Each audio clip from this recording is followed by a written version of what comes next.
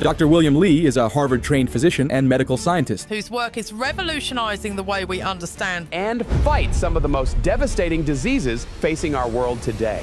Dr. William Li, a world-renowned physician, scientist, and author known for his groundbreaking research on how food can be used as medicine.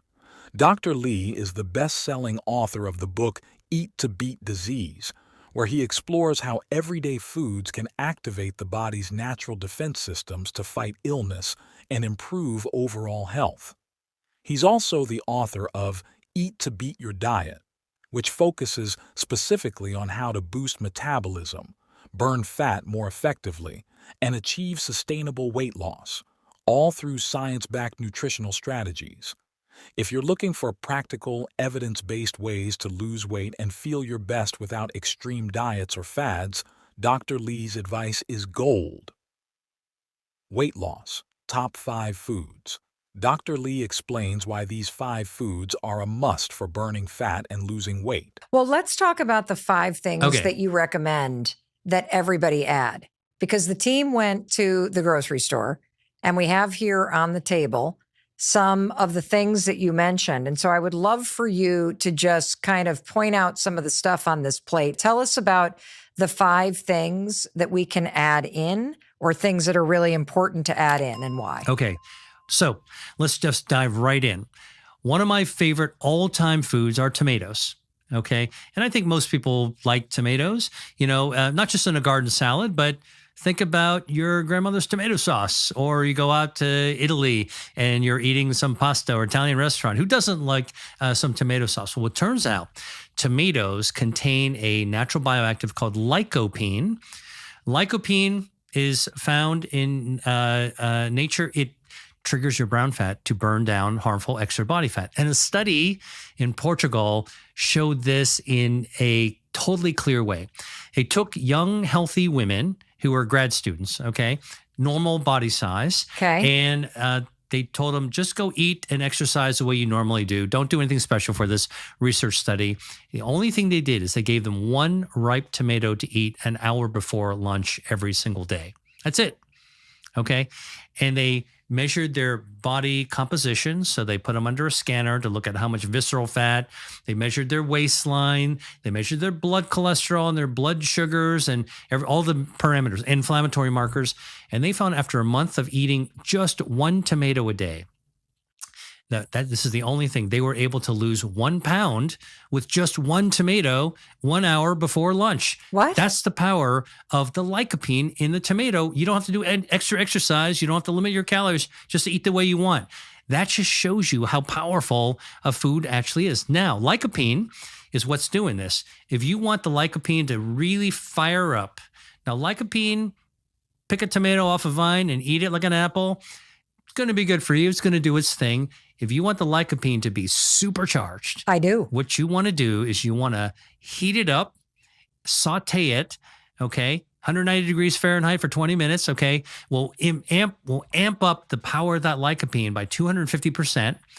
Because the heat will change the chemistry of the lycopene into a form your body loves to absorb. So this is why Mediterranean food, whether you're talking about Spain, Greece, Italy, heating up, cooking up that tomato sauce, simmering it gently, right? Yeah. By the way, lycopene likes to dissolve in body fat. In fact, this has been studied at Tufts University. You actually feed some young people a tomato with lycopene or foods that contain lycopene. They are able to track where that lycopene goes. You know where it goes? No. They found it goes right to your butt, right to your thigh. It goes, homes in. Dude, I'm having a tomato right after into this the body fat, where conversation. it triggers your brown fat to fight that fat. This is amazing. Okay. Well, you know what's so cool about this is you're using the research and the science, which you are clearly so passionate about, to truly teach us about the extraordinary power of your metabolism and how it's designed to work correctly. And if you feed it what it needs, the proper fuel, it turns on for you. There's some other things that we have on the tray here. What else do these magical things do? Pomegranates. Okay. pomegranates, you can have the pomegranate seeds on a salad. You could have pure pomegranate juice. Okay. And pomegranates, they're pretty sweet. So you got to not eat too much or do not drink too much of the juice. Actually, you just need about 8 fluid ounces, 1 cup. All right. Contains a natural substance called lycopene. Again, don't worry about trying to spell check it out. It's a complicated word, lycopene. Mother Nature's pharmacy is found in the juice of a pomegranate. And what that does is it activates your gut to secrete mucus, healthy mucus. But how do you move stool? How do you get regular? You want to keep it all moving, right? So you need mucus. Mucus slip slides a thing all the way down your other end. Mucus, that healthy mucus will grow a healthy gut bacteria called Akkermansia muciniphila. Muciniphila means it loves mucus. Akkermansia, this is the name of a gut bacteria that everyone who's listening to this and watching this should pay attention to. Akkermansia, Akkermansia. Turns out Akkermansia is a guardian of our metabolism. Akkermansia activates our immune system, lowers inflammation, and this is smoking hot research, Mel. All right, I'm just telling you. I love how you talk about this. A piece of Akkermansia. So think about Akkermansia like, an armadillo. It's got kind of a hard shell on the outside, little pieces on it on the outside. One piece has just been discovered. It's called P9. P as in Peter, 9. That fragment of Akkermansia, whether the bacteria is alive or blown into 100 pieces, that bacteria, that piece of that bacteria causes your body to produce its own GLP-1, which is exactly what Ozempic and these prescription drugs are trying to do. So pomegranates grow Akkermansia. Akkermansia will cause your body to create GLP-1. And what has GLP-1 done? Lowers your blood sugar, helps you lose body fat. Wow. Okay. That's actually these discoveries that are being made. Food is medicine, right? Like that's what I do. It's super cool. But if you're going to drink pomegranate juice, be very careful. Here's a practical tip. Go to the grocery store, look for pomegranate juice. I tell people, make sure it's pure pomegranate juice. Always, always, always check the ingredient label to make sure it's not really apple juice. It's got a little squirt of pomegranate in it and red food coloring. Don't do that. Get the real deal. Or just buy the pomegranate. You know why? Because when you have the whole pomegranate, you're going to get the dietary fiber from the seeds, and those seeds, that dietary fiber, feed your gut microbiome, making the Akkermansia even happier. That's incredible. Okay. That's incredible. What does a kiwi do? Because I see kiwi. Kiwi's amazing because, number one, kiwi's a great source of vitamin C. C is in Charlie. All right. And what does that do? That lowers inflammation. Now, if you're carrying around extra body fat, you're inflamed. No doubt about it. So just having a kiwi, 1 kiwi a day gives you a big dose of vitamin C to lower that inflammation, and you will feel the difference. All right. You feel just less razzed up inside. Now, the other thing is kiwi has a lot of dietary fiber. And that dietary fiber can change your healthy gut bacteria. If it's not so healthy, it'll start to grow the healthy stuff in 24 hours. A kiwi a day, in the next day, you will start seeing those beneficial effects. What? Wait, the next day? 24 hours. So I eat 1 kiwi. 1 kiwi. You'll start feeling the beneficial effects. It'll take an unhealthy gut bacteria colony, start to make it a little healthier just in 1 day. After 4 days, you're going to get even more. All right. So this is why it's so important to think about this. A kiwi a day for breakfast is super easy. I love kiwi. It's really easy. Oh, by the way, the skin of the kiwi, amazing source of dietary fiber. But you eat that? Who would eat that? I don't know. I'll tell you. Not me. I wouldn't do it either. But you know how you do it? No. Make a smoothie. Oh. Okay. Eat the kiwi with a spoon. Toss the skin into a blender to make the smoothie. It'll disappear and you'll get a huge amount of dietary fiber. What a great tip. You should have a cooking show. I really think you should have a cooking show. Talk to me about matcha. Matcha. All right. Matcha is one of my favorite ways of having green tea. Now, we know green tea, it looks like you're drinking some green tea in front of you right now. You know, you have it in a tea bag, so the tea leaves are steeped in the hot water, and the polyphenols, the catechins, come dissolving out of that into the water, and you sip it, and you get the good stuff, the catechins, which, by the way, turn on your brown fat to trigger down and burn harmful white fat. All right? Watch me drink my tea now. Yep. Have a sip. Go. Have a sip. All right.